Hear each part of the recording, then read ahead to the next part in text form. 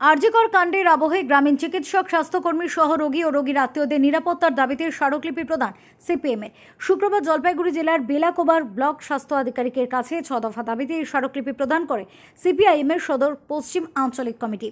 এ প্রসঙ্গে দলীয় নেতৃত্ব তপন গাঙ্গুলি বলেন, আমাদের দাবি আরজিকর কাণ্ডের সঙ্গে যুক্ত সবাইকে দ্রুত গ্রেফতার করতে হবে, সিবিআই তদন্ত দ্রুত শেষ করতে হবে। পাশাপাশি কর্মক্ষেত্রের স্বাস্থ্যকর্মী থেকে চিকিৎসকদের নিরাপত্তা সুনিশ্চিত সহ 6 দফা দাবিতে স্মারকলিপি প্রদান করা হয়। আরজিকর কাণ্ডে দোষীদের দ্রুত দৃষ্টান্তমূলক শাস্তি দিতে হবে এবং এর সাথে সিবিআই তদন্ত দ্রুত শেষ করতে হবে।